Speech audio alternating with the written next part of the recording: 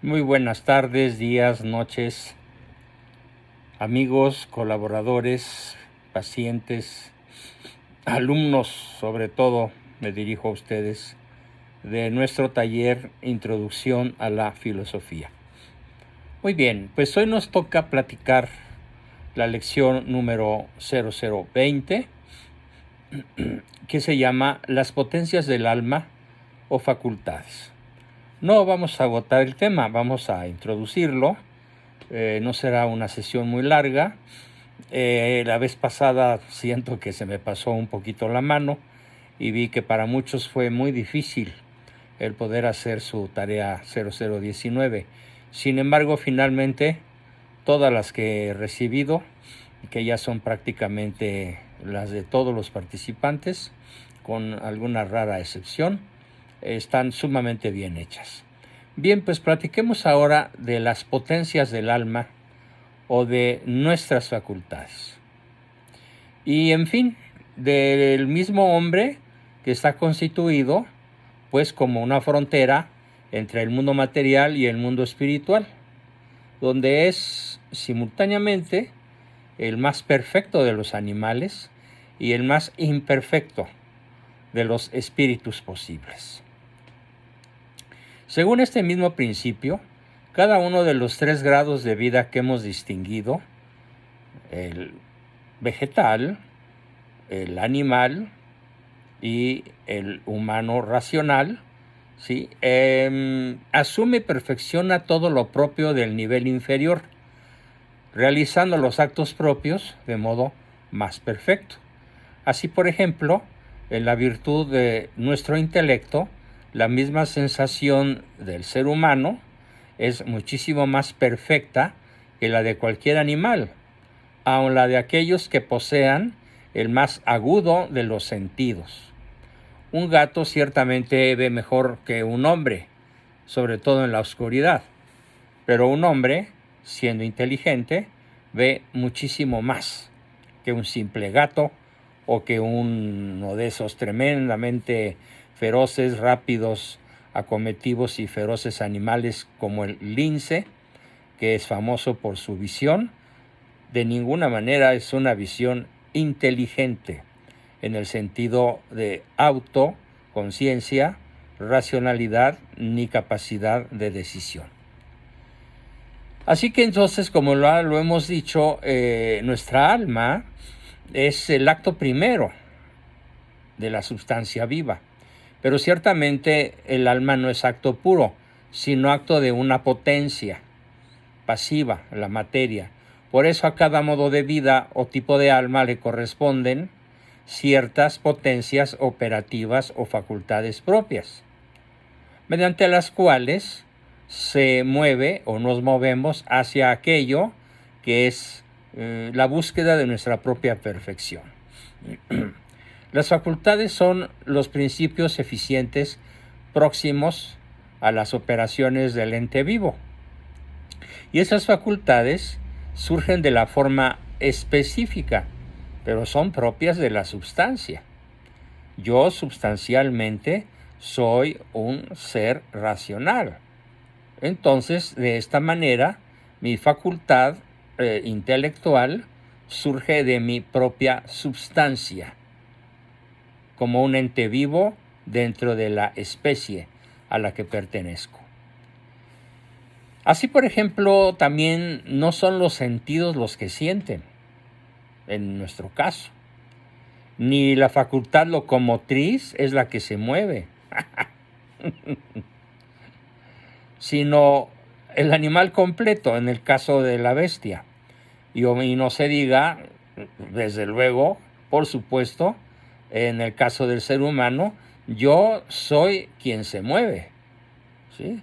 No mis pies, aunque luego por ahí literariamente se pueda decir, y puso los pies en polvorosa, pero no deja de ser una figura retórica, porque en realidad deberíamos decir, fulano de tal se echó a correr, o está corriendo, o terminó la carrera, hablando en términos físicos, en términos deportivos, ¿sí? Ahora pues, establezcamos como principio general, al cual recurriremos con cierta frecuencia, que el sujeto se define por sus facultades. La facultad se define por el acto y el acto se define por su objeto. Según pues las facultades propias, podemos distinguir nuevamente los 3 grados de vida. Vale la pena asimilarlos, vale la pena repetirlos. La vida sensitiva, que se limita a las funciones vitales básicas: nutrición, crecimiento, reproducción, etc. La vida sensitiva incluye y perfecciona todo lo propio de la vida vegetativa, anterior a la vida sensitiva, y añade 2 órdenes de facultades específicas: la facultad locomotriz y las relativas al conocimiento sensible, de las cuales se derivan los apetitos sensibles: el hambre, el frío, el calor, el deseo sexual, etc.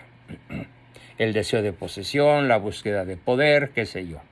Ya platicaremos más adelante de cada uno de ellos. Y finalmente, tercero, la vida racional, que incluye y perfecciona todo lo propio de la vida sensitiva, la de los animales, y añade 2 facultades propiamente espirituales. ¿Cuáles son? El intelecto y la voluntad, la razón y el libre albedrío, de los cuales carecen los niveles anteriores. Aunque para algunos sentimentales, como por ejemplo ahora que se murió la perrita, una perrita entrenada por los policías o los soldados especializados en búsqueda de personas desaparecidas, en este caso en el terremoto de Turquía, escribieron una serie de misivas en las redes sociales diciendo que esperan encontrarse con la perrita en el cielo. Bueno, es una solemne estupidez, una solemne majadería. ¿Por qué? Porque el animal al morir se aniquila. ¿Por qué? Porque no tiene conciencia, porque no tiene las facultades superiores propias del ser humano, la inteligencia y la voluntad, la razón y el libre albedrío. Bueno, de la consideración de estos grados de vida y a partir de sus facultades propias, resulta posible entonces enunciar la definición clásica de lo que somos, de lo que es el ser humano, de lo que es cada uno de nosotros. El hombre es un animal racional. ¿Sí? Somos un alma encerrada en un cuerpo material. Somos inmortales. Somos seres para el resto de la eternidad. Todo esto lo veremos con sumo detalle, con suma racionalidad, con suma precisión, para que a nadie le llegue a caber la menor duda. Incluimos en esta definición de el hombre es un animal racional, a modo de síntesis en su alma, por lo tanto, los 3 grados de la vida corpórea, razón por la cual se constituye en cabeza del universo material y una especie de microcosmos o universo en miniatura. Siendo el grado de vida mínima la consideración teórica de la vida vegetativa, que se reduce a la consideración de la vida en general, pasaremos ahora pues a la vida sensitiva, antes de enfocarnos directamente a lo que es la vida de la persona humana. Bien, veamos, la vida sensitiva. Como ya indiqué anteriormente, el sujeto se define pues por sus facultades, la facultad por el acto y el acto por su objeto. Las facultades propias del animal son, por una parte, la facultad locomotriz y por la otra, los actos, en el caso del ser humano, del conocimiento y de la apetición.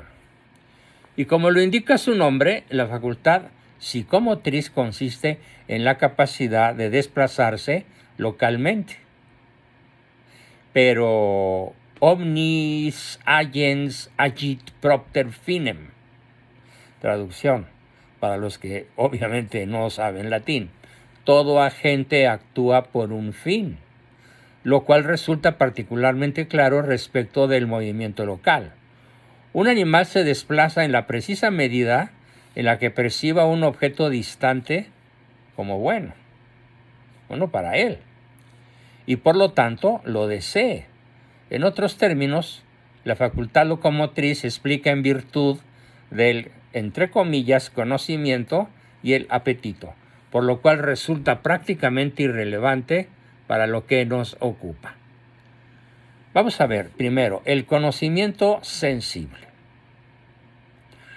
La primera cuestión relevante de nuestro estudio es la naturaleza del hombre. Entonces, lo es necesariamente el estudio del conocimiento sensible. Siendo intrínsecamente dependiente de la materia, se trata de la forma menos perfecta posible de conocimiento, el conocimiento sensible. Sin embargo, por esta misma razón, es la primera forma del conocimiento humano, la experiencia sensorial. Nada que esté en nuestra mente no pasó primero por los sentidos. Esto tiene consecuencias muy, muy interesantes. Incluso más adelante por ahí tendré el gusto de platicarles alguna anécdota autobiográfica al respecto. Bueno, de una vez, pues resulta que cuando yo estuve en un infierno que se llamaba Seminario Diocesano de Querétaro, y digo infierno porque había toda clase de abusos, violaciones, abusos físicos.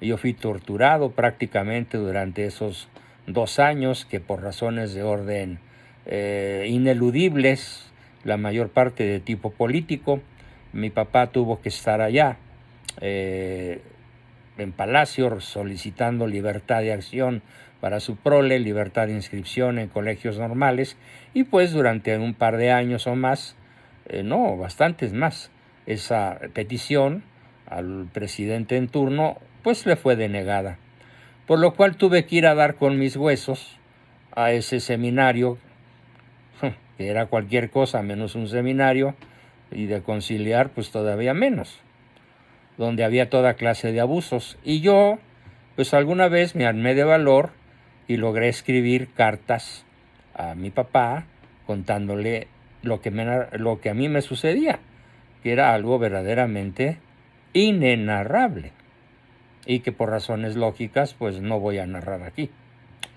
Y pues mi papá no me creyó.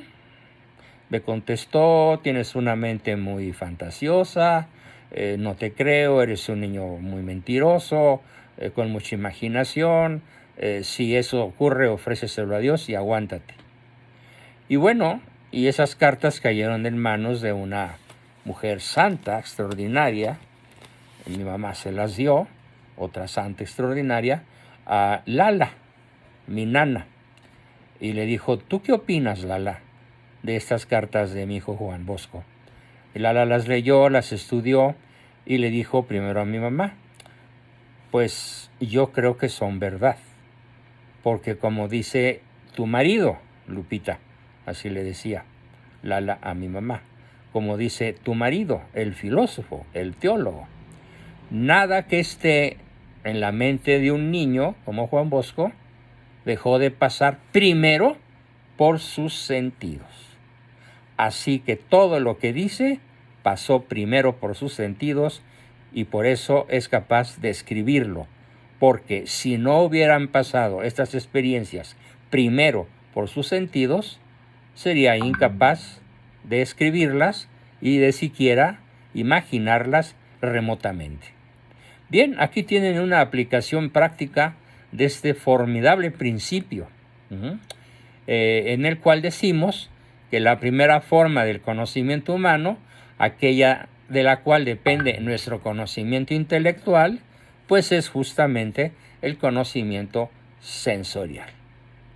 Y bueno, pues hasta aquí nuestra lección número 20.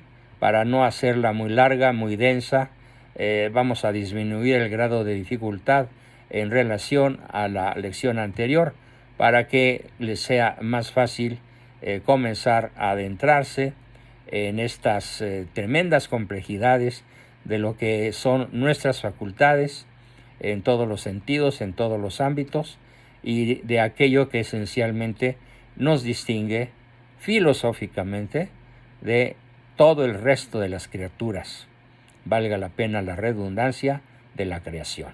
Hasta la próxima.